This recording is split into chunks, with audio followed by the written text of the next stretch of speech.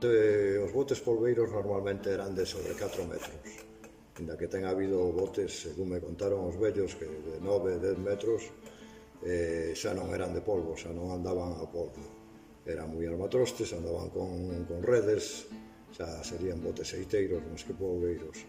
No, ao contrario, é un dos barcos máis fáciles de facer. Dentro da gama de barcos é un dos máis fáciles de facer, porque tendo unha madeira boa, non é moi complicado. Por certo, depois pesa que veña un cargarcho, que os barcos sempre fixeran por encarga, se fixeran non é facelo, é por vendelo, senón sempre fixeran por encarga. É un armador, carche un bote ou un barco, como quere, as dimensións máis ou menos, as medidas, e faz unha maqueta, esa maqueta faz un plano, e depois dese plano levalo, ese plano pois faz o barco. A maqueta, normalmente non facemos unha maqueta unha peza, nin o barco nada, senón que se fai unha maqueta, faise en tiras de 10 centímetros, faise en tiras, porque depois as tiras, claro, tiñamos que explicar, depois as tiras é o que che fan o plano, márcalos nunha tal, e cada un dache unha forma, esa forma son as cuadernas. Como todas as cousas, depende da xente, claro.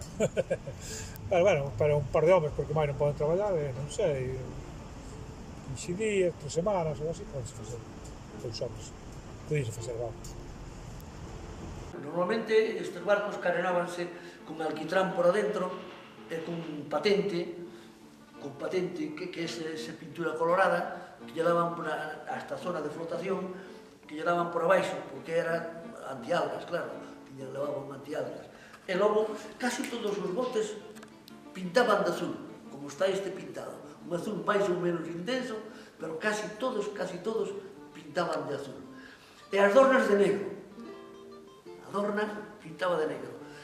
Me preguntábame pola construción do barco e se era cara tal. Pois sí, dentro da forma de construir o barco é unha forma cara, que é moi robusto, moi potente, é unha construcción realmente cara, sí. Non era barato. E, sobre todo, naquele entón, o mariñeiro tiña poucos cartos. Ese non, depende, os costes son uns costes máis ou menos de produción, e a veces deixaban algo e a veces non deixaban nada. Depende como asustarse, como é o traballo que hai, depois hai, o sea, eso é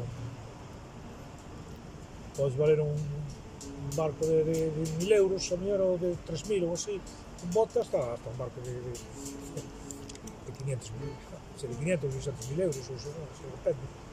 O último que se fixe aquí, que o que fixeron as lagoas, costaron 1 millón de pesetas. O que fixo as lagoas. Pero claro, daquele entón, precios daquele entón non che podo dicir, porque, como eu digo disparado. Pero sí, hai que valorarlo non o que costaba naquele momento, senón o que costaba co que se dispuña, o que ganaba o mariñeiro. O polveiro fixe 3 ou 4, que eu xa non me dedicaba. Meu pai sí, eu ainda me acordo de rapaz pequeno e tal, meu pai tiña feito algúns e tal, pero eu xa non, prácticamente non fixe. Como non fixe ningún adorno, eu nunca fixe un adorno.